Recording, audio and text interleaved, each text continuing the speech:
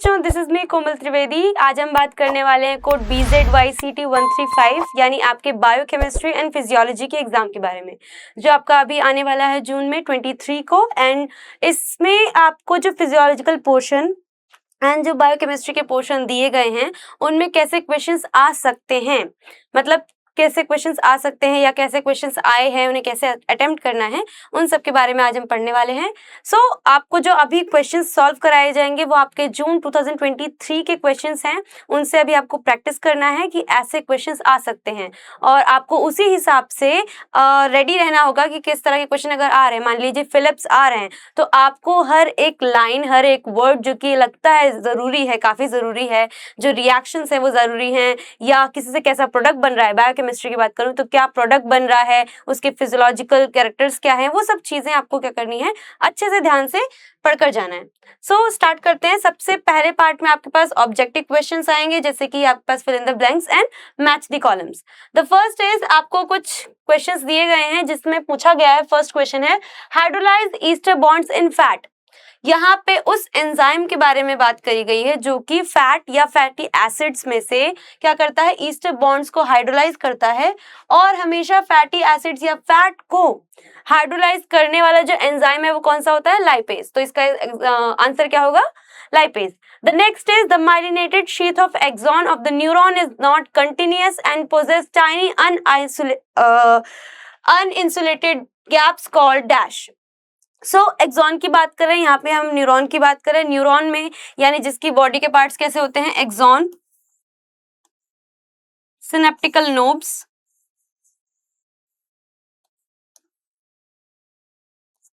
और एक्सॉन के साथ साथ में यहाँ पर क्या होती है, सेल बॉडीज, और सेल बॉडीज से ही निकलते हैं डेंड्राइट्स।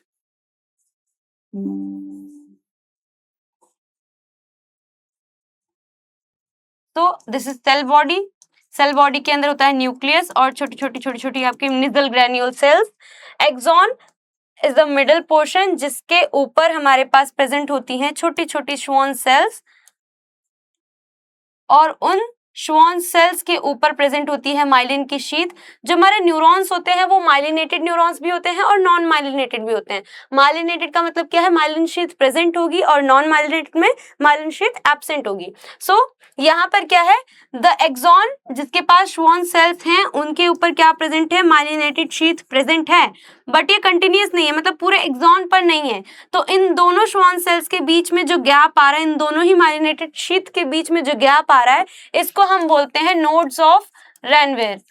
और यही आपसे पूछा गया है कि जो टाइनी इंसुलेटेड गैप्स हैं उन्हें क्या बोलते हैं, उनका आंसर है nodes of Ranvier. The next is sarcomere. यहाँ पे सार्कोमियर की बात करी गई है कि जो दो कॉन्जिक्यूटिव जेड डिस्क होती हैं, यहाँ पर हम मसल फंक्शनल यूनिट की बात कर रहे हैं जो कि क्या है, सार्कोमियर। सार्कोमियर में क्या दिखाया जाता है, जेड लाइंस, आई बैंड्स और ए बैंड्स। ठीक है, तो इन दो जेड लाइंस के बीच में जो पूरा डिस्टेंस है इसी को आप क्या बोलते हो, सार्कोमियर। इसका आंसर क्या होगा आपका, सार्कोमियर।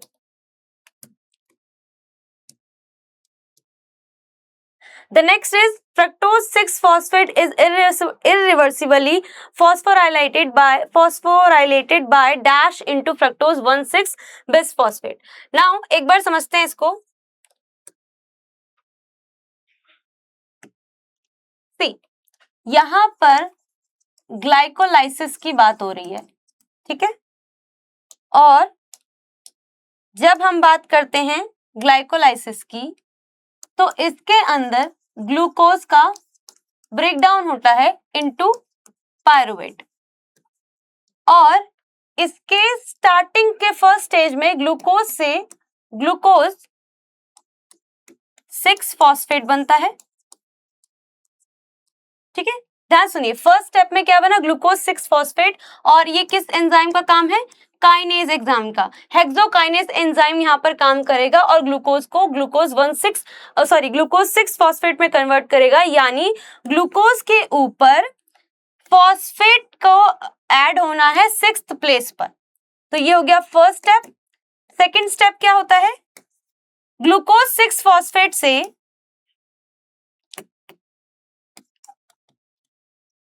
फ्रक्टोज 6 फॉस्फेट का बनना, ये दोनों ही क्या हैं? ये दोनों ही मोनोसेक्राइड्स हैं। ग्लूकोज एंड फ्रक्टोज दोनों ही क्या है? मोनोसेक्राइड है और लगभग लगभग क्या है? सेम। तो इनके बीच में आइसोमेराइजेशन होगी, आइसोमेराइजेशन, जिसका एंजाइम कौन है? Enzyme isomerase. और ये एंजाइम आइसोमेरेज क्या करेगा? ग्लूकोज 6 फॉस्फेट को बस फ्रक्टोज 6 फॉस्फेट में कन्वर्ट करेगा। और ये कैसा है? रिवर्सिबल है। मतलब ग्लूकोज 6 फॉस्फेट से फ्रक्टोज 6 फॉस्फेट बन रहा है, तो फ्रक्टोज 6 फॉस्फेट से ग्लूकोज 6 फॉस्फेट बनेगा। नाउ द नेक्स्ट इज अब हमारा जो क्वेश्चन है, अकॉर्डिंग टू क्वेश्चन हम किसके बारे में बात कर रहे हैं? ग्लूकोज 6 फॉस्फेट से क्या, सॉरी फ्रक्टोज 6 फॉस्फेट से क्या बनना है? फ्रक्टोज 1,6 बिस और बाय फॉस्फेट। नाउ यहां पर सिर्फ 6th प्लेस पर फॉस्फेट ग्रुप था। नाउ यहां पर 2 प्लेस और हैं जिसपे क्या है? फॉस्फेट ग्रुप है। तो फॉस्फेट ग्रुप यहां पर अटैच हो रहा है, लेकिन यहां पर जो एंजाइम काम करेगा उसका नाम क्या है? फॉस्फोफ्रुक्टोकाइनेज। सो फ्रक्टोज 6 फॉस्फेट को फ्रक्टोज 1,6 बिस फॉस्फेट में कन्वर्ट करने का काम किसका है? एंजाइम फ्रक्टोज फॉस्फोफ्रुक्टोकाइनेज का। ओके, सो इसका एग्जांपल क्या, इसका आंसर क्या हुआ? The fructose 6 phosphate is irreversibly phosphorylated by phosphofructokinase into fructose 1,6 bis phosphate. Now यहाँ पर एक और वर्ड है irreversibly, यानी अब जैसे हमने क्या देखा था, glucose 6 phosphate and fructose 6 phosphate आपस में एक्सचेंजेबल है, आपस में कन्वर्ट हो सकते हैं। बट एक बार फ्रक्टोज 1,6 बिस फॉस्फेट बन गया तो वो रिवर्स होकर फ्रक्टोज 6 फॉस्फेट नहीं बनेगा। यानी ये यहाँ पर सिर्फ कैसा है? यूनिडायरेक्शनल है। इसका अगर फ्रक्टोज 6 फॉस्फेट कन्वर्ट हो चुका है तो फ्रक्टोज 6 फॉस्फेट को कन्वर्ट होने के बाद यहां से इसका जो अपोजिट डायरेक्शन है वो क्या हो जाएगा? ब्लॉक हो जाएगा। इतना क्लियर? देन नेक्स्ट क्वेश्चन है, animals that excrete mostly uric acids are called uricotelic. पहले हमने पढ़ रखा है एक्सक्रीशन वाले चैप्टर में कि जो एनिमल्स यूरिक एसिड को एक्सक्रीट करते हैं उनको यूरिकोटैलिक कहते हैं, और जो यूरिया को एक्सक्रीट करते हैं उन्हें यूरियोटैलिक कहते हैं। ओके, सो ये तो हो गया आपका फिल इन द ब्लैंक्स यानी फिल इन द गैप्स। और नेक्स्ट क्वेश्चन आपके पास क्या आएगा? आपको कॉलम्स को मैच करना है उनके सुटेबल आंसर या उनके एग्जैक्ट आंसर के साथ। सो सबसे पहले हमारे पास कॉलम 1 में क्या दिया गया है? एसिटोएसिटेट। नाउ एसिटोएसिटेट क्या है? ये प्राइमरी यानी इनिशिएटिव कीटोन बॉडी है जो कि कीटोजेनेसिस का प्रोडक्ट है। अब कीटोजेनेसिस क्या होता है? कीटोजेनेसिस का मतलब क्या होता है? कीटोन बॉडीज का फॉर्मेशन। अब ये कीटोन बॉडीज बनती क्यों हैं? कीटोन बॉडीज तब बनती हैं जब आपकी बॉडी काफी लंबे समय से स्टार्विंग स्टेट में हो, वेलफेड स्टेट में नहीं है, स्टार्विंग स्टेट में है, एंड उससे एनर्जी और फूड रिक्वायरमेंट पूरी करनी है। यानी मोस्टली हमें एनर्जी की रिक्वायरमेंट होती है, हम खाना खाते हैं एनर्जी के लिए, तो एनर्जी की रिक्वायरमेंट पूरी करनी है। और सबसे ज्यादा मेन क्या है? ब्रेन तक एनर्जी जानी चाहिए, है ना। तो ऐसे क्रूशियल ऑर्गन्स के लिए एनर्जी की रिक्वायरमेंट पूरी करने के लिए जब आपकी बॉडी के अंदर कोई भी फूड का इंटेक नहीं हो रहा है, आपको एनर्जी का कोई सोर्स नहीं मिल रहा है, तो जो आपकी बॉडी में प्रेजेंट फैटी एसिड्स या फैट होते हैं उनका ब्रेकडाउन होता है। और फैटी एसिड्स और फैट का ब्रेकडाउन कौन करता है? Lipase enzyme. उनको किस में कन्वर्ट करना है? फैटी एसिड्स कन्वर्ट होते हैं इनटू एसिटाइल कोएंजाइम ए। नाउ अगेन एक बार बात करते हैं, ये जो एसिटाइल कोएंजाइम ए है, हमने क्या बोला? ग्लूकोज से पायरुवेट बनता है। जब हमारी बॉडी में हम खा रहे हैं, ग्लूकोज जा रहा है, तो ग्लूकोज से पायरुवेट बनके ग्लाइकोलाइसिस होता है, ठीक है।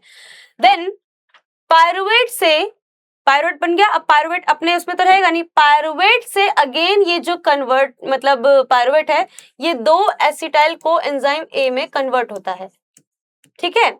अब ये जो 2 एसिटाइल कोएंजाइम है, वैसे तो एक ग्लूकोज से आपको कितना मिल रहा है? 2 पायरुवेट मिल रहा है। तो जो एसिटाइल कोएंजाइम ए है, इसका काम होता है टीसीए साइकिल को प्रोसीड करना, यानी क्रैब साइकिल में एंटर करना और ऑक्सैलो एसीटेट बनाना, और मतलब आगे के जो भी प्रोडक्ट्स हैं उन्हें बनाना। अब एक बात सुनो, बॉडी में ग्लूकोज नहीं जा रहा, पायरुवेट नहीं बन रहा, एसिटाइल कोएंजाइम ए नहीं आ रहा, टीसीए में नहीं कोई फंक्शन हो रहा, टीसीए परफॉर्म ही नहीं हो रही है, यानी बॉडी में क्या नहीं है, एनर्जी के सोर्स नहीं है। बट एनर्जी के सोर्स के लिए हमारी बॉडी में क्या प्रेजेंट है, फैटी एसिड्स प्रेजेंट है। इन फैटी एसिड्स का ब्रेकडाउन होता है एसिटाइल कोएंजाइम ए में, क्योंकि एसिटाइल कोएंजाइम ए में, क्योंकि इन्हीं एसिटाइल कोएंजाइम ए से ही क्या बनना है, ये एक दूसरे से रिलेटेड है ना। तो जब फैटी एसिड्स को ब्रेक करोगे तो एसिटाइल कोएंजाइम ए बनेगा। इसी एसिटाइल कोएंजाइम ए का टीसीए साइकिल में ना जाकर कीटोजेनेसिस में जाना, यानी कीटोन बॉडीज का फॉर्मेशन करना और कीटो डाइट को सपोर्ट करना, बॉडी को एनर्जी प्रोवाइड करना है।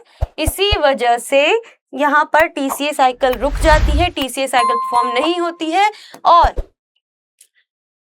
एसीटोन बॉडी बने, मतलब कीटोन बॉडीज बनेगी, कीटोन से फिर एसीटोन बनेगा जो कि प्राइमरी लीस्ट अबेंडेंट फॉर्म है एसीटोन का, कीटोन का। देन कीटोन का जो सेकंड अबेंडेंट फॉर्म है वो है हमारे पास एसिटो एसीटेट, जो कि 2 एसीटोन के साथ में जुड़ने पर, बाइंड होने पर बनता है।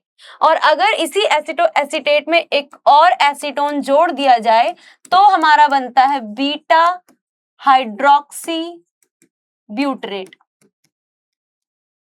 ओके, ये तीनों क्या है, कीटोन बॉडीज है। कीटोन बॉडीज में कौन कौन आए, एसीटोन, एसिटो एसीटेट और बीटा हाइड्रोक्सी ब्यूटरेट। ओके, अब यहाँ पे हमें जो मेन पूछा गया है वो क्या है, acetoacetate. Now acetoacetate किससे रिलेटेड है, इट इज अ प्राइमरी और initiative ketone body. Okay, firstly जो बनेगी वो कीटोन बॉडी है। The next is glutamate dehydrogenase. Glutamate dehydrogenase, जहां पर एज वर्ड आ रहा है वो क्या हो है हमारे पास, enzyme, lipase, protease, glutamate dehydrogenase, kinase, मतलब हेक्सोकाइनेज या कोई सा भी, या आइसोमरेज, ये जो एज वर्ड आ रहा है ये रिप्रेजेंट क्या करता है कि हम एंजाइम की बात कर रहे हैं। नाउ जो ग्लूटामेट डिहाइड्रोक्सीजिनेज है, अब डिहाइड्रोक्सीजिनेज है तो जाहिर सी बात है यहाँ पर क्या होगा, हाइड्रोजन का रिमूवल। किसका रिमूवल, हाइड्रोजन का रिमूवल। ये प्रोसीड किसके अंदर होगा, ये होगा कहां पर, ये होगा माइटोकॉन्ड्रिया में। कहां पर होगा, माइटोकॉन्ड्रिया में। नाउ जो वर्ड ग्लूटामेट है, ये ग्लूटामेट क्या है हमारे पास, अमाइनो एसिड। अब इस अमाइनो एसिड का ऑक्सीडेटिव डीअमाइनेशन, यानी इसके अमाइनो एसिड्स का ब्रेक डाउन होना है। तो जैसे ही ऑक्सीडेटिव डीअमाइनेशन होगा, जैसे ही ग्लूटामेट पर ग्लूटामेट डिहाइड्रोक्सीजिनेज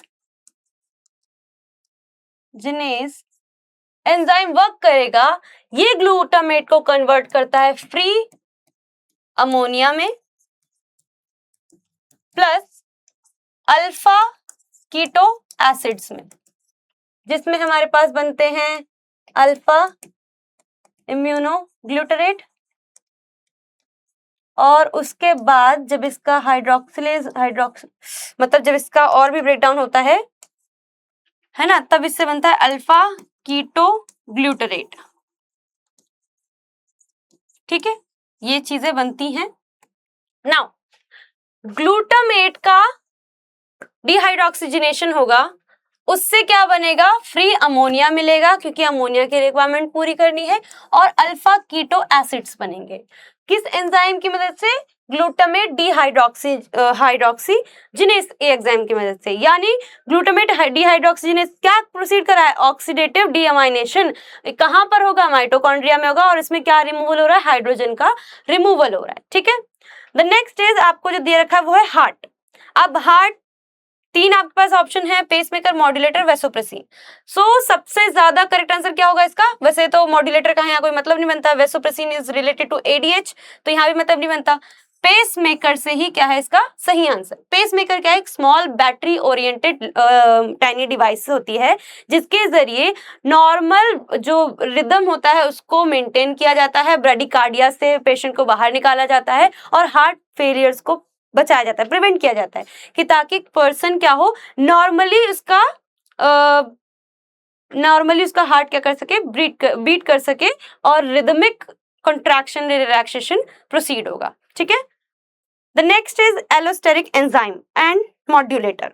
नाउ एलोस्टेरिक एंजाइम क्या होते हैं? नॉर्मल हमने ईएस कॉम्प्लेक्स पढ़ा है, enzyme plus substrate complex. Enzyme और सबस्ट्रेट कॉम्प्लेक्स में जो एंजाइम है, ये एंजाइम अपने सबस्ट्रेट के साथ बाइंड होता है सबस्ट्रेट बाइंडिंग साइट के साथ, यानी एक्टिव साइट के साथ। इसे आपने पहले पढ़ रखा है बट एक बार देखो। Suppose this is the enzyme है, ठीक है, और ये इसका सबस्ट्रेट है, सबस्ट्रेट एंड एंजाइम बाइंड होते हैं तो हमारे पास बनता है ES complex, enzyme substrate complex. Now अब ये जो एंजाइम है, अगर इस एंजाइम में किसी तरह का एलोस्टेरिक इनहिबिशन हो जाए, एलोस्टेरिक इनहिबिटर आ जाए, इनहिबिटर का क्या काम होता है? एंजाइम को किसी और लोकेशन से किसी और साइट पर जाके बाइंड होना और उसके अंदर स्ट्रक्चरल चेंजेस लाना। अब ये एंजाइम क्या हो गया? बाइंड हो गया, और बाइंड होने की वजह से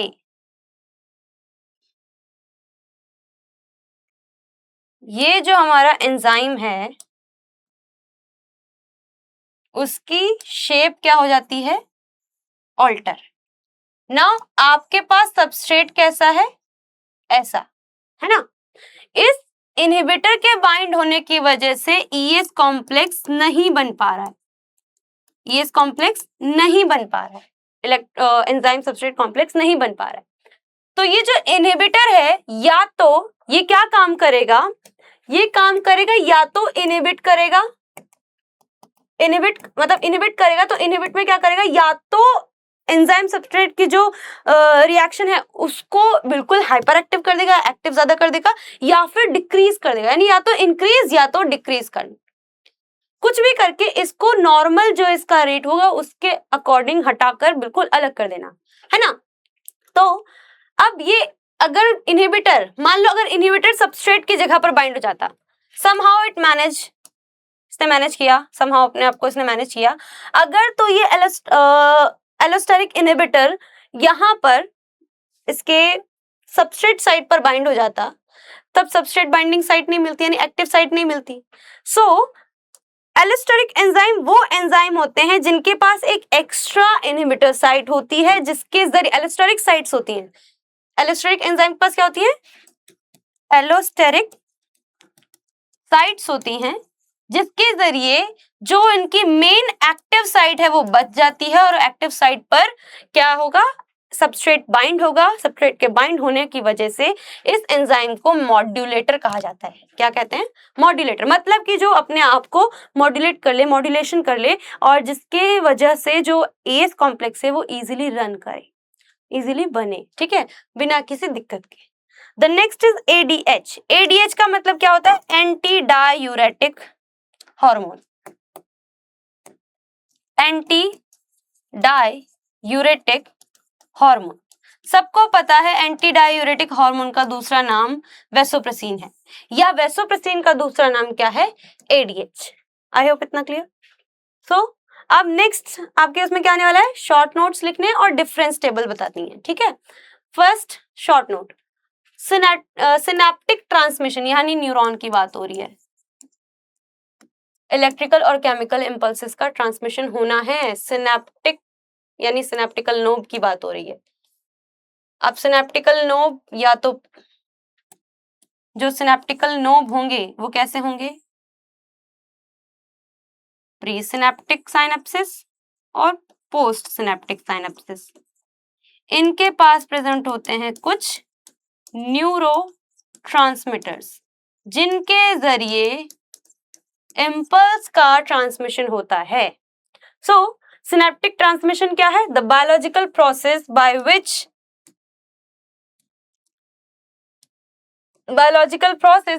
a neuron communicates with a targeted cell across a synapses।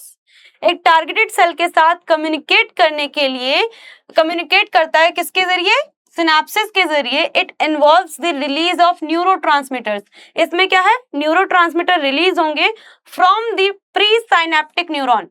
Pre synaptic यानी पहले वाले जो लेकर आ रहा है उसके उस साइनेप्टिक न्यूरॉन से किस में जाकर बाइंड हो जाएगा? स्पेसिफिक रिसेप्टर पर। दूसरा जो पोस्ट साइनेप्टिक न्यूरॉन है उसके पास क्या प्रेजेंट है? उस न्यूरोट्रांसमीटर के रिसेप्टर्स प्रेजेंट हैं और ये रिसेप्टर्स इन न्यूरोट्रांसमीटर्स को क्या कर लेंगे? रिसीव कर लेंगे, एक्सेप्ट कर लेंगे, जो कि कहाँ प्रेजेंट है? पोस्ट साइनेप्टिक मेम्ब्रेन पर, ट्रिगरिंग एन इलेक्ट्रिकल और केमिकल रिस्पॉन्स, और जिसकी वजह से कोई इलेक्ट्रिकल या केमिकल रिस्पॉन्स प्रोसीड हो रहा है, आगे लेकर जा रहा है। और जब इन्हीं न्यूरोट्रांसमीटर्स या इन्हीं सिनेप्टिक नोड्स में कोई प्रॉब्लम आती है तो इम्पल्स का ट्रांसमिशन नहीं हो पाता है, जिसकी वजह से हम बोलते हैं it is a denervated muscle. किसी मसल की बात करें तो डिनर्वेटेड मसल है, मतलब वो उसका इम्पल्स नहीं जा रहा है, वो सेंसेशन नहीं ले पा रही है, उसको सिग्नल्स नहीं जा रहे हैं, है ना। द नेक्स्ट इज आपको पायरुवेट के फेट के ऊपर भी शॉर्ट नोट लिखना है कि मतलब पायरुवेट किस किस में कन्वर्ट होगा। पहले बोला था ग्लूकोज से क्या बन रहा है? पायरुवेट बन रहा है। नाउ अगर तो जो कंडीशन है वो एरोबिक है तब तो ग्लूकोज से पायरुवेट बनेगा एंड पायरुवेट से आगे चलकर एसिटाइल कोएंजाइम ए बनेगा। पहले समझाया था कि एसिटाइल कोएंजाइम में किससे बन रहा है? पायरुवेट से बन रहा है। तो अगर तो एरोबिक कंडीशन है तब तो एरोबिक कंडीशन होने पर pyruvate gets converted into acetyl coenzyme A and then acetyl coenzyme A will proceed itself in TCA cycle और क्रैब साइकिल, जो कि माइटोकॉन्ड्रिया में प्रोसीड हो रही है। सो किस कंडीशन में? एरोबिक कंडीशन में। लेकिन अगर एरोबिक कंडीशन नहीं है यानी एनारोबिक कंडीशन है तो उस टाइम पर एनारोबिक कंडीशन में pyruvate will undergo fermentation to form lactic acid. क्या बनाएगा? लैक्टिक एसिड बनाएगा मसल्स में और इथेनॉल बनाएगा ईस्ट में। क्या बनाएगा? इथेनॉल और CO2 बनाएगा ईस्ट में। अगर पायरुवेट एरोबिक कंडीशन में हुआ तो एसिटाइल कोएंजाइम है जिसको टीसीए साइकिल में जाना है। एनारोबिक कंडीशन होने पर फर्मेंटेशन प्रोसीड करेगा, लैक्टिक एसिड का फॉर्मेशन करेगा मसल्स के अंदर, जिससे फटीगनेस आती है, दर्द होता है, पेन होता है, उसी को लैक्टिक एसिड फॉर्मेशन बोला जाता है। The next is east body के अंदर, ईस्ट जो है उसके अंदर क्या बनाता है? इथेनॉल एंड CO2, वो भी फर्मेंटेशन करते हैं ना। द नेक्स्ट इज डिफरेंस बताना है आपको। Okay, the first is open and closed circulation. Very simple. Open and closed circulation क्या होता है? अपना एग्जाम्पल लो। आपकी बॉडी के अंदर आपका हार्ट के 4 चेम्बर, उन 4 चेम्बर के साथ साथ में हमारी कैपिलरीज, ऑर्टा, वेसल्स जितनी भी हैं वो सब क्या कर रही हैं? रन कर रही हैं। क्या काम होता है? हमारे उन चारों चेम्बर्स में से ब्लड आया, ये आपका लेफ्ट एट्रियम, ये लेफ्ट वेंट्रिकल, ये राइट एट्रियम, ये राइट वेंट्रिकल। नाउ ब्लड मतलब ऑक्सीजनेटेड ब्लड है, आया, लेफ्ट वेंट्रिकल में गया, ओपन हुए, जो हमारे वॉल्व्स हैं वो ओपन हुए, लेफ्ट वेंट्रिकल में गए। लेफ्ट वेंट्रिकल से ये जो ब्लड है, क्योंकि ऊपर की तरफ जाना है, कॉन्ट्रैक्शन प्रोसीड हुई, ग्रेटर कॉन्ट्रैक्शन की वजह से ये ब्लड कहाँ चला गया? ऑर्टा में। ऑर्टा से होते होते होते होते होते उसकी जो सब फॉर्म्स है, सब कैपिलरी फॉर्म्स है, वेसल फॉर्म्स है, उन सब में होते हुए पूरी बॉडी टिश्यूज तक गई। टिश्यूज में जाने के बाद क्या होता है? टिश्यूज में ऑक्सीजन का एक्सचेंज करना, मतलब ऑक्सीजन को देना और CO2 को रिसीव करना। Now the blood is deoxygenated, oxygen की कमी है। CO2 को लेकर ब्लड अपने साथ कहां पर आता है? इंफीरियर वेना कावा के जरिए वो सुपीरियर वेना कावा की तरफ जाता है और उसके थ्रू वो राइट एट्रियम में एंटर करेगा। राइट एट्रियम से कहां एंटर करेगा? राइट वेंट्रिकल में एंटर करेगा। राइट वेंट्रिकल से again there is a greater contraction, systolic मतलब ग्रेटर कॉन्ट्रैक्शन होगी, ज्यादा कॉन्ट्रैक्शन होगी, एंड देन उस कॉन्ट्रैक्शन की वजह से जो डीऑक्सीजनेटेड ब्लड है वो पल्मोनरी आर्टरी से होते हुए कहाँ चला जाता है, पल्मोनरी आर्टरी से होते वापस लंग्स की तरफ जाएगा। लंग्स में वहां पे एल्वियोलर जो एल्वियोलिस प्रेजेंट है, सैकबैक्स प्रेजेंट है, उनके अंदर मतलब उनके साथ ऐसे अटैचमेंट बनी हुई है, बेसमेंट मेम्ब्रेन है, वहां पर ऑक्सीजन का इनटेक और जो CO2 लाया है उसको बाहर निकालना है, एल्वियोली में पहुंचाना है। जैसे ही एल्वियोली में CO2 गई, CO2 देन एक्सक्रीट हो गई, अब वापस से ब्लड क्या बन गया, हमारा ऑक्सीजनेटेड ब्लड, और वही ऑक्सीजनेटेड ब्लड वापस से किस में आ गया, लेफ्ट एट्रियम में। यानी एक क्लोज्ड पाथवे फॉलो करता है और वापस से जिस जगह से, जिस स्टार्टिंग पॉइंट से स्टार्ट किया, वापस से घूम फिरा के वहीं पर आ गया। This is known as a closed circulation. But open circulation क्या होता है, मैंने बोला हार्ट से ब्लड आया, ठीक है, हार्ट से ब्लड आया, या मैं मॉस्किटो की बॉडी की बात करती हूँ, ठीक है, मॉस्किटो की बॉडी की बात करो, उनका सर्कुलेटरी सिस्टम है। अब जो सर्कुलेटरी सिस्टम जिसका कोई एक कवर पाथवे ना हो, मतलब वो जहां से शुरू कर रहे हैं, ब्लड आया, ब्लड के आगे बढ़ने पर जैसे ही ब्लड का स्ट्रीम आगे बढ़ा, वो क्या करता है, एकदम से माइक्रोट्यूब्यूल्स की तरह ओपन होता है और पूरे के पूरे ऑर्गन्स ब्लड में शार ले लेते हैं, या माइक्रोट्यूब्यूल्स के जरिए ऊपर से ही क्या होता है, इनका ब्लड का ट्रांसमिशन होता है, वो ब्लड को ट्रांसपोर्ट कर रहे हैं, सर्कुलेट कर रहे हैं। सो वहां पर कोई क्लोज्ड पाथवे नजर नहीं आ रहा है, that is known as a open circulatory system. In open system blood baths organ directly in a haemocoel. Haemocoel यहाँ ब्लड के जो मतलब ब्लड से भरी हुई जगह बन जाती है जिसके अंदर ऑर्गन होते हैं, या ऑर्गन पूरा ब्लड में डूब जाता है, उसी को बोल रहे हैं, ठीक है। ओपन सिस्टम में ब्लड से नहा जाते हैं पूरे ऑर्गन, लेकिन क्लोज सिस्टम में blood is strictly confined to a continuous network of vessels. Network of vessels के जरिए ब्लड का क्या होता है, सर्कुलेशन होता है। The next is water and fat soluble vitamins. Now water soluble और फैट सॉल्युबल का मतलब क्या है, वो विटामिन जो वाटर में सॉल्युबलाइज्ड हो जाएंगे या सॉल्युबल हो जाएंगे, और फैट सॉल्युबल मतलब जो कि फैट में होंगे। अब वाटर सॉल्युबल में आपके पास याद करने का तरीका क्या है, WBC। Water soluble vitamins are vitamin B and vitamin C, vitamin B complex and vitamin C, WBC से याद रखना है, ठीक है। बचा क्या, अब फैट सॉल्युबल में क्या आता है, vitamin A, vitamin D, vitamin E and vitamin K।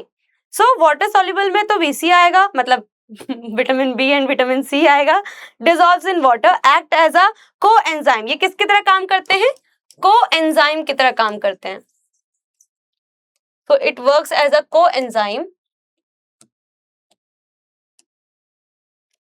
and aren't stored, और stored नहीं होते हैं। जबकि फैट सॉल्युबल कैसे हैं, वैसे vitamin A, D, E and K requires dietary lipids। इनको क्या चाहिए, dietary lipids चाहिए for absorption and are stored in the liver। और कहाँ पे स्टोर होते हैं, vitamin A, D, E, K are stored in liver, but vitamin B complexes or B and vitamin C are not stored, they are act as a coenzyme and proceed their work, okay।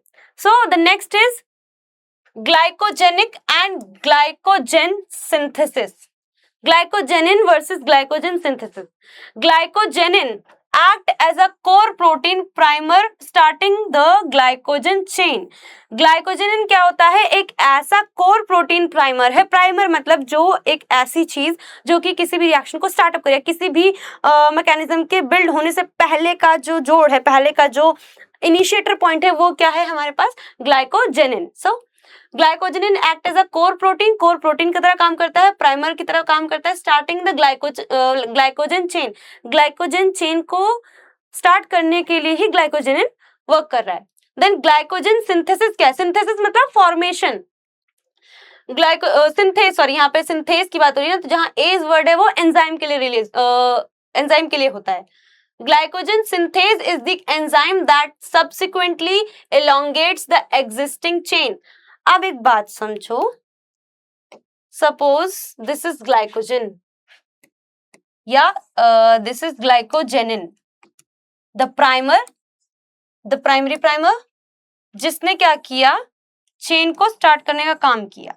अब यहां पर glycogen synthase enzyme आता है, just because it is synthase enzyme है, synthesis का मतलब क्या होता है? प्रोडक्शन और formation. So it will form new glycogen molecules to make a glycogen chain. Glycogen की चेन बना दी. ओके, इलोंगेट कर देता है, बढ़ा देता है. देन आपके पास एक क्वेश्चन है A band versus I band. अब ए बैंड और आई बैंड्स क्या होते हैं? This is the part of sarcomere. Okay, A bands are dark. A bands कैसे होते हैं? डार्क होते हैं. एनआइसोट्रॉपिक होते हैं, region containing thick myosin filament. A band में क्या है? Thick myosin filament. ठीक है. I bands are light. I bands कैसे होते हैं? लाइट है यानी thin. Light I bands are light isotropic region containing only thin. कौन सा फिलामेंट होगा? एक्टिन. Actin filaments. मतलब ए बैंड का अगर डिफरेंशिएट करो तो क्या है? A band is for dark, I band is for light. A band dark है क्योंकि थिक फिलामेंट है मायोसिन के, और आई बैंड लाइट है क्योंकि यहाँ पे आइसोट्रोपिक रीजन है, और यहाँ पर क्या है? थिन फिलामेंट्स हैं. किसके? एक्टिन के. Okay, and this is the part of sarcomere. Part 3 में आपको क्या करना है? डिस्क्रिप्टिव क्वेश्चंस आएंगे. आपको क्वेश्चन 4 to 5 में 5 मार्क्स के क्वेश्चन आएंगे. आपको थोड़ा डिस्क्रिप्शन देना पड़ेगा हर चीज का. डायग्राम बनाकर डिस्क्रिप्शन दोगे तो ज्यादा अच्छे मार्क्स मिलेंगे, ज्यादा अट्रैक्टिव लगेगा, मार्क्स वर्थ ही रहेगा. ठीक है. The first is beta oxidation pathway. अब आपको यहाँ पर मेजर मेटाबॉलिक पाथवेज दिए गए हैं. सबसे पहले आपके पास है urea cycle, but urea cycle को बाद में पढ़ते हैं. पहले बीटा ऑक्सीडेटिव पाथवे को पढ़ते हैं. द साइक्लिक कैटाबॉलिक पाथवे या कैटाबॉलिक प्रोसेस इन माइटोकॉन्ड्रिया. कहां पर हो रहा है? माइटोकॉन्ड्रिया के अंदर हो रहा है. Where fatty acids are broken down to generate acetyl coenzyme A. अभी हमने क्या बोला था? Fatty acids are break down. Fatty acids का ब्रेक डाउन होता है किसके अंदर? एसिटाइल कोएंजाइम ए के अंदर. और ये पाथवे भी क्या है? Beta oxidation pathway. ठीक है. एसिटाइल कोएंजाइम ए जनरेट करने के लिए ब्रेकन डाउन हुए हैं कौन? फैटी एसिड्स, जिसमें NADH और FADH2 भी बनेगा फॉर इमेंस एनर्जी यील्ड. ये NADH और FADH2 are the forms of energy but they are not directly used. इन्हें कन्वर्ट होना होता है किसमें? ATP की फॉर्म में, because our body needs only the ATP energy currency. So ATP की फॉर्म में कन्वर्ट होंगे. एक NADH आपका, एक NADH जो होता है वो 3 ATP के बराबर है, और एक FADH2 2 ATP के बराबर है. एक GTP एक ATP के बराबर होता है, और अगर ADP है तो ADP में एक और फॉस्फेट ऐड होगा, देन इंटरनल फॉस्फेट ऐड होगा, देन आपका ADP will convert into ATP. Okay, all the energy forms are there. और आपके पास जो साइकिल है, जो पाथवेज है ना, उनमें यही पूरा एनर्जी को बनाने के लिए, जनरेट करने के लिए, एंड देन उसको कंज्यूम करने के लिए ही साइकिल काम करती है. The next is urea cycle. Urea cycle क्या है? एक वाइटल बायोकेमिकल पाथवे है. इसमें यूरिया की फॉर्मेशन कैसे हो रही है उसके बारे में देखा जाएगा. ये आपके किस किस ऑर्गन के बीच में होती है? ये आपके लिवर में होती है. लिवर में, जहां पर मतलब लिवर के माइटोकॉन्ड्रिया में होती है. A vital biochemical pathway occurring primarily in the liver. Liver में हो रही है. Designed to convert highly toxic ammonia. Ammonia को किस में कन्वर्ट करना है? Into less toxic urea. Because जो अमोनिया है वो हमारी बॉडी के लिए सेफ नहीं है. It is highly toxic, derived from amino acid deamination. जब अमीनो एसिड का डीअमाइनेशन होता है तो अमोनिया बनता है. फ्री अमोनिया अभी हमने पढ़ा था, ग्लूटामेट के टाइम पर फ्री अमोनिया रिलीज हुआ है. But ammonia is not good for our health. It is highly toxic. तो इसको कन्वर्ट करना है, अमोनिया को क्या करना है? कन्वर्ट करना है इनटू लेस टॉक्सिक यूरिया, जो कि हमारे रिनल एक्सक्रीशन के लिए सेफ है. इट इज यही क्या होता है? आपका यूरिया साइकिल होता है. अब देखो माइटोकॉन्ड्रिया में क्या हुआ? माइटोकॉन्ड्रिया में आपके पास क्या था? अमोनिया था. अब अमोनिया क्या है? वेस्ट नाइट्रोजन है. अमोनिया क्या है आपके पास? वेस्ट नाइट्रोजन है. इस वेस्ट नाइट्रोजन में कार्बन डाइऑक्साइड का और मिलना, और उससे कार्बोमाइलोफॉस्फेट सिंथेस एंजाइम के जरिए कार्बोमाइल फॉस्फेट बनना. अमोनिया से क्या बनना? कार्बोमाइल फॉस्फेट बनना. वो कार्बोमाइल फॉस्फेट आगे चलकर ऑर्थेनाइन कार्बोमाइल ट्रांसफरेज एंजाइम के जरिए सिट्रोलिन में चेंज होता है, और सिट्रोलिन से देन ये आर्जिनाइनोसक्सिनेट सिंथेज एंजाइम के जरिए और एस्परेट के जरिए चेंज होता है इनटू आर्जिनाइनो सक्सिनेट, यानी सक्सिनेट वो बन रहा है, सक्सिनेट कंपाउंड बन रहा है। सक्सिनेट में से आगे चलकर आर्जिनो सक्सिनेट लाइज के जरिए, या लाइज वर्ड जहां आएगा वहां पर वो एंजाइम क्या करता है, ब्रेक करने का काम करता है। काइनेज और लाइज का काम करते हैं, ब्रेक करने का काम करते हैं। तो आर्जिनाइनो सक्सिनेट लाइज एंजाइम के जरिए इनका ब्रेकडाउन होगा और फ्यूमरेट रिलीज होगा।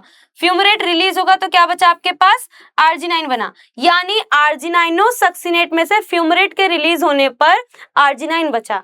वो आर्जिनाइन आगे चलकर वापस से ऑर्निथाइनिन बनता है, ऑर्निथाइन बनता है। बट आर्जिनाइन का ऑर्निथाइन बनने से पहले हाइड्रोजन का उसमें, मतलब वाटर वेपर है, वाटर मॉलिक्यूल है, उसका उसमें एडिशन होना, और वाटर वेपर के एडिशन से यूरिया का फॉर्मेशन होना, और वही यूरिया ब्लड स्ट्रीम से होते हुए कहाँ जाएगा, हमारे रिनल सर्कुलेशन में एंटर करेगा, जो कि किडनी से स्टार्ट होता है और किडनी में जाकर ये यूरिन में कन्वर्ट होगा, और वही यूरिन हम क्या करते हैं, यूरिनेशन में एक्सक्रीट कर देते हैं, और यही हमारी यूरिया साइकिल कंप्लीट होती है। बिकॉज अगर वापस से हमारे पास ऑर्निथाइन बना तो ऑर्निथाइन आगे चलकर वापस से क्या होगा, जब कार्बाइल फॉस्फेट के साथ मिलेगा तो वापस से सिट्रुलिन बनाएगा। यानी ये यूरिया साइकिल क्या करती है, हमारी बॉडी का जो फ्री अमोनिया बन रहा है, हमारी बॉडी में जो फ्री अमोनिया आ रहा है आफ्टर अमीनो एसिड डीअमाइनेशन, उसकी वजह से जो हमारे पास फ्री अमोनिया बन रहा है, उस अमोनिया को बॉडी से बाहर निकालना है in the form of urea, because ammonia is highly toxic and urea is less toxic, और वो हमारे रिनल एक्सक्रीशन के लिए सेफ है। दैट्स व्हाई यूरिया में कन्वर्ट करने के बाद थ्रू यूरिनेशन हम उसे एक्सक्रीट करते हैं हमारी बॉडी से। It is a waste nitrogenous product. Okay, so next आपके पास excretion and ageing. Excretion, body से वेस्ट प्रोडक्ट को बाहर निकालना है। Urine production in nephron, urine का प्रोडक्शन कहां पर हो रहा है, नेफ्रॉन। एंड नेफ्रॉन क्या होती है, nephron is the structural and functional unit of kidney. Occurs via 3 की स्टेप्स, 3 की स्टेप्स में होता है। एक तो पहला, नेफ्रॉन का सबसे फर्स्ट पार्ट क्या होता है, ग्लोमेरुलस। ग्लोमेरुलस के अंदर हमारे पास क्या होती हैं, वुमेन्स कैप्सूल, और जो ग्लोमेरुलस है वो वुमेन्स कैप्सूल के अंदर होता है, जिससे हमारा क्या बनता है, पहला ग्लोमेरुलर अल्ट्रा फिल्ट्रेशन बनता है, और उस अल्ट्रा फिल्ट्रेशन के होने पर, मतलब जब फिल्ट्रेशन हो रहा है, ग्लोमेरुलस अल्ट्रा फिल्ट्रेशन हो रही है ब्लड की, उस टाइम पर सेलेक्टिवली ट्यूबुलर रीएब्जॉर्प्शन अकर होगा। मतलब देखो, जाहिर सी बात सुनो, हमें क्या करना है, अपनी बॉडी से वेस्ट प्रोडक्ट को निकालना है। बट वेस्ट प्रोडक्ट को निकालने से पहले अगर उस ब्लड स्ट्रीम के अंदर हमारे पास वेस्ट प्रोडक्ट के साथ साथ में न्यूट्रिएंट्स भी हैं, उन न्यूट्रिएंट्स को बॉडी से बाहर नहीं निकालना है, जरूरी है, एसेंशियल है, दैट्स व्हाई हमें उन्हें वापस रखना है। सो जो जरूरी है उनको रीएब्जॉर्ब करना, और जो जरूरी नहीं है उनको एक्सक्रीट करना। अब ट्यूबुलर क्यों बोला गया, बिकॉज नेफ्रॉन कैसा है, नेफ्रॉन में एक आपके पास ये ग्लोमेरुलस है, वुमेन्स कैप्सूल के ऊपर रखा हो गया, इसमें आपके पास एफरेंट और ईफरेंट आर्टीरियल दिख रही हैं। अब जैसे ये फिल्टर होके आया, जैसे ही इसमें से फिल्टर हुआ, तो फिल्टर होने के बाद ये जो वुमेन्स कैप्सूल से आगे जो ये रिनल ट्यूब्यूल्स बनी हुई हैं, इन ट्यूब्यूल से होते होते ये पहुंचती हैं पीसीटी पर।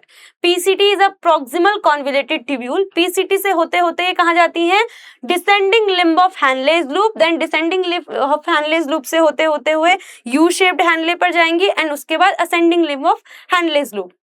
हैनलेज लूप के पूरा कवर करने के बाद हमारे पास क्या आता है, DCT region, distal convoluted tubule, और डीसीटी से देन ये कनेक्ट होता है किस पे, कलेक्टिंग डक्ट पे, जहां पर जाकर फाइनली अगर यूरिन के फॉर्मेशन हो चुका है वहां पर चला गया। कलेक्टिंग डक्ट में भी एक और स्टेप होता है, कलेक्टिंग डक्ट में भी जाने के बाद कुछ amount of urea will release और pump back again into the medullary region of the nephron. वो मेडुलर किडनी के जो मेडुलरी रीजन होते हैं ना, उसमें वापस उसको भेज देता है, कुछ अमाउंट ऑफ यूरिया को वापस कर देता है, बाकी सारा यूरिन के थ्रू बाहर निकल जाता है। सो रीएब्जॉर्प्शन ऑफ न्यूट्रिएंट्स होगा, एंड वाटर का जो मतलब हाईली जो एब्जॉर्प्शन होगा वो कहां पर होगा, 65 to 70% तक का रीएब्जॉर्प्शन पीसीटी में हो जाता है। PCT is proximal convoluted tubule. और लूप ऑफ हैनले में भी रीएब्जॉर्प्शन होता है, जैसे वाटर है, ज्यादा वाटर वेस्ट हो रहा है तो वाटर को रीएब्जॉर्ब कर लिया, आपके पास जो वाटर अगर मान लो ज्यादा डाइल्यूटेड है तो उसे कंसंट्रेटेड कर दिया, मतलब वाटर को निकाल दिया, जब वाटर को रीएब्जॉर्ब कर लिया तो जो हमारा यूरिन फॉर्मेशन हो रहा है वो कैसा हो जाएगा, कंसंट्रेशन उसकी बराबर हो जाएगी। अगर ज्यादा सोडियम आयन क्लोरीन आयन बाहर निकले तो कुछ amount of sodium and chlorine को भी क्या कर लिया जाता है, आयंस को भी वापस से रीअब्सॉर्ब कर लिया जाता है। बिल्कुल हम बिल्कुल भी नहीं निकाल सकते हैं ना, जो ज्यादा है तब उसको निकालना है, अदरवाइज को बैलेंस फॉर्म में रखना है। So tubular secretion of waste into the forming urine.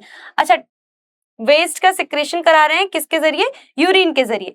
Now ageing and theories. Ageing is the progressive decline in physiological function. Ageing क्या है, it is a progressive decline in physiological function. आपकी body के जो physiological function हो रहे हैं, जो आपकी बॉडी के normal metabolic pathways, metabolic things and all the things जो भी हो रही है, जो स्ट्रक्चरल डेवलपमेंटल चीजें हो रही हैं, उनके अंदर धीरे धीरे गिरावट आना, डिक्लाइन ग्राफ दिखना, ठीक है, टाइम के साथ साथ में। Major theories include the free radical theory. पहली मेजर थ्योरी क्या है, the free radical theory. Free radical theory में क्या दिखाते हैं, ऑक्सीडेटिव डैमेज होना। फिर आती है आपकी टेलोमियर शॉर्टनिंग, जिसमें होता है सेलुलर सेंसेशंस का कम होना, and the error catastrophe theory. और आपका मतलब एरर कैटास्ट्रोफी का मतलब क्या है, इन तीनों का मतलब क्या है, एक तो समय के साथ साथ फिजियोलॉजिकल एक्टिविटीज कम हो रही है, जैसे कि पहला क्या था हमारे पास, ऑक्सीडेटिव डैमेज होना, फिर दूसरा सेलुलर सेंसेशंस कम होना, और सेलुलर सेनेसेंस आना, बुढ़ापा आना, सेल का बुढ़ापा आना। जैसे जैसे बॉडी क्या होती है टाइम के साथ और भी ज्यादा बढ़ती रहती है, और भी ज्यादा उसका टाइम बीतता रहता है, लाइफ स्पैन कम हो रहा है, हमारी जो बॉडी का फंक्शन होता है वो स्लो डाउन हो जाता है, हमारी बॉडी उतनी हाईली एक्टिव नहीं रहती है, उतनी हाईली तरीके से मैनेज नहीं रहती है, and that is known as a ageing. Okay, the next is respiration and endocrinology. Respiration सबको पता है, एंडोक्राइनोलॉजी क्या होता है, एंडोक्राइन्स के बारे में, एंडोक्राइन ग्लैंड्स के बारे में, उनके पैथवेज के बारे में, उनकी स्ट्रक्चर्स के बारे में या उनके बारे में स्टडी। ओके, सो सबसे पहले आता है CO2 transport. Carbon dioxide is transported by blood. Blood के थ्रू ट्रांसपोर्ट होता है इनटू 3 फॉर्म्स। 3 फॉर्म्स में ट्रांसपोर्ट होगा। कार्बन डाइऑक्साइड को भी ऐसे एकदम से लेकर नहीं जा सकता है ब्लड। ब्लड में डिसॉल्व रहता है प्लाज्मा में 7%, मतलब प्लाज्मा के अंदर डिसॉल्व हो 7% of the CO2 is transferred through dissolved in plasma. Okay, bound to, और फिर उसके बाद क्या होता है, हीमोग्लोबिन के साथ बाउंड होगा। हीमोग्लोबिन के साथ बाउंड होने के बाद क्या बनाएगा, कार्ब अमाइनो हीमोग्लोबिन, और इसका रेट कितना है, about 23%। And then predominately as a bicarbonate ion, और कैसा बनता है, बाइकार्बोनेट आयंस के थ्रू, यानी ज्यादातर हिस्सा तो ये निकल रहा है बाइकार्बोनेट आयन के जरिए, ठीक है। फिर उससे जो बचा 70% हिस्सा बाइकार्बोनेट आयन के थ्रू जा रहा है, फिर अगला बचा वो कार्बामाइनो हीमोग्लोबिन बना रहा है बाय बाइंडिंग हीमोग्लोबिन, एंड 7% ये प्लाज्मा में डिसॉल्व होकर जा रहा है। इस तरीके से ये फैसिलिटेटेड किया जाता है बाय कार्बोनिक एनहाइड्रेज, और एंजाइम कौन सा यहाँ पर, कार्बोनिक एनहाइड्रेज, वो भी किसके लिए, जब बाइकार्बोनेट आयंस बन रहे हैं वो किसकी मदद से बन रहे हैं, कार्बोनिक एनहाइड्रेज एंजाइम की मदद से बन रहे हैं। ओके, सो नेक्स्ट है chemical nature of hormones. Chemical nature क्या है हार्मोन्स का। अच्छा, इसी में अगर मैं पूछूं CO2 का ट्रांसपोर्ट तो इन 3 तरीके से हो गया। O2 का ट्रांसपोर्ट कैसे होता है, O2 का ट्रांसपोर्ट कैसे होगा, O2 भी हीमोग्लोबिन के साथ बाइंड होता है। एक हीमोग्लोबिन के साथ 4 ऑक्सीजन मॉलिक्यूल्स बाइंड होते हैं, और उससे बनता है हमारा ऑक्सी हीमोग्लोबिन, तो उसके जरिए भी जाएगा। फिर उसके साथ साथ वो प्लाज्मा में भी डिसॉल्व होकर जा रहा है, और बाकी तरीकों से भी ऐसे ही ऑक्सीजन का भी क्या होता है, ट्रांसपोर्ट होता है। So next is chemical nature of hormones. Hormones fall into distinct structure classes. मतलब जो hormones है उनका भी structural classes अलग अलग हैं। जैसे स्टेरॉइड लिपिड डिराइव्ड होते हैं। स्टेरॉइड कैसे हैं, लिपिड से निकले हुए हैं या लिपिड से बने हैं। Example testosterone, male hormone. The next is peptide, इसी में पेप्टाइड्स एंड प्रोटीन्स, ठीक है, ये बनते हैं हमारे किससे, एग्जाम्पल पेप्टाइड और प्रोटीन वाले जो हैं वो क्या होंगे, इंसुलिन और ग्रोथ हार्मोन्स, ठीक है।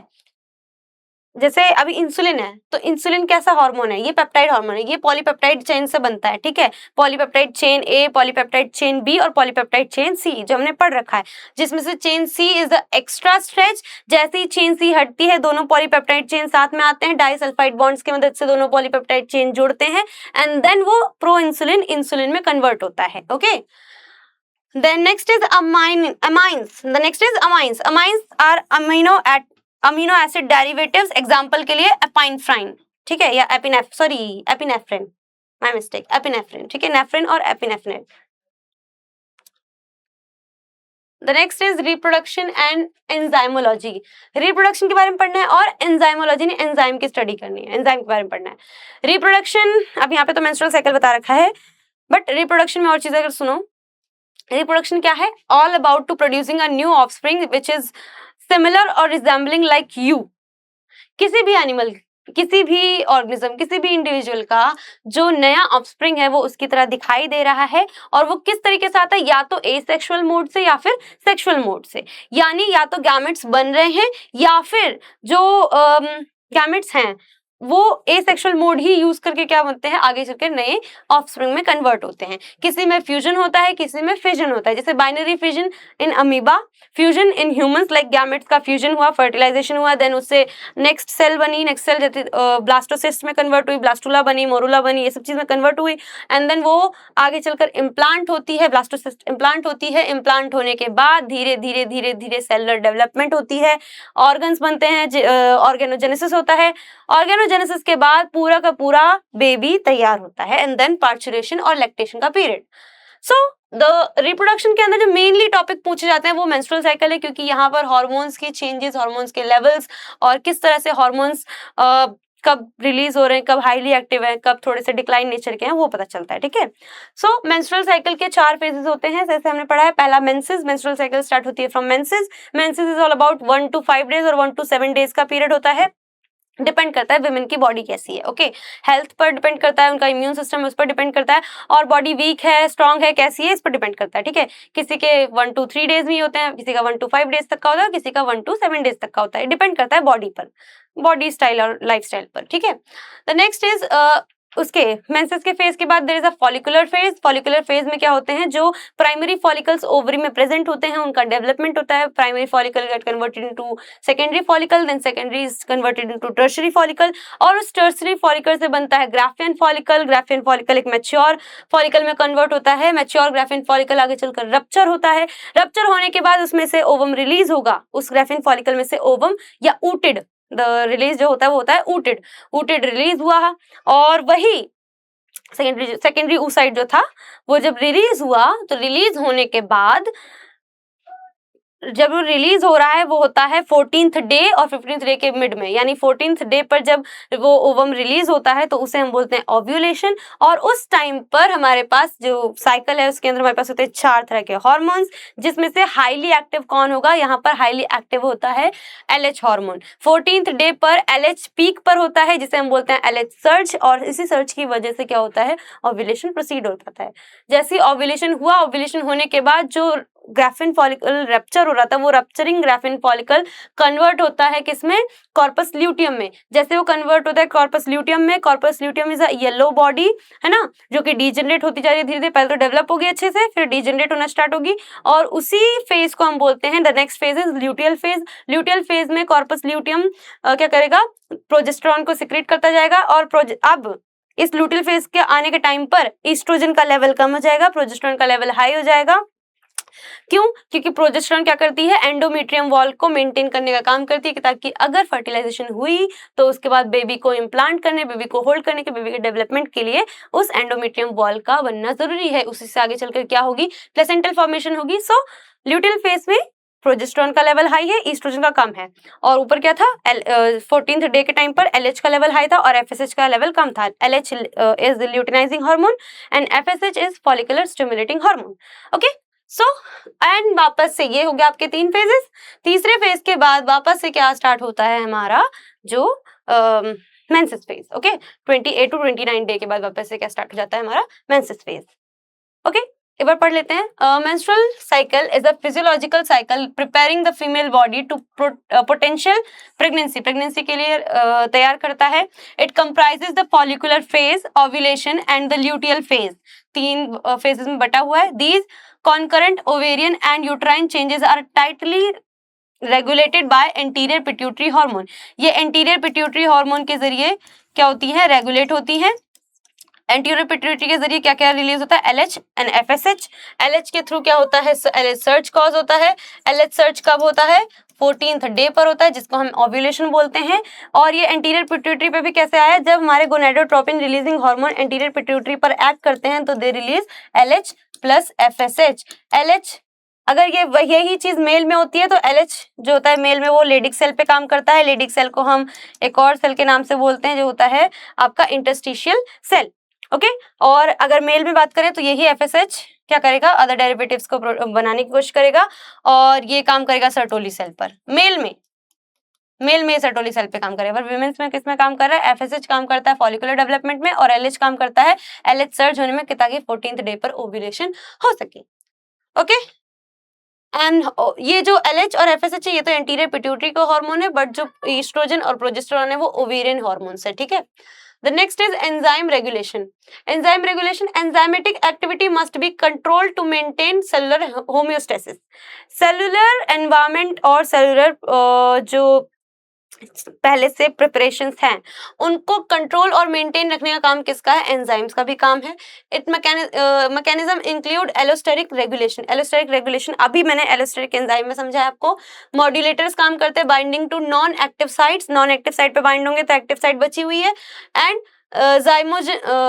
जाइमोगन activation, proteolytic cleavage formation and feedback inhibition by end product. End product बनने तक का पूरा प्रोसेस कौन संभाल रहा है, हमारा जो एंजाइमिक रेगुलेशन है वो कर रहे हैं। ठीक है, the next is here we cover some of our topics like menstrual cycle, reproduction and enzymatic activities। कैसे कौन से कीटोन बॉडीज फॉर्म हो रही है, कौन से कीटोन बॉडीज किससे रिलेटेड है, मतलब कुछ हमने अभी पढ़ लिया है। अभी हम नेक्स्ट वीडियोस में आगे में और भी ज्यादा क्वेश्चंस को सॉल्व करने वाले हैं जो कि आपके अभी आने वाले जून में एग्जाम में आ सकते हैं। सो बने रहिए हमारे साथ, मिलते हैं नेक्स्ट वीडियो में, तब तक के लिए बाय बाय और शेयर करना ना भूलें।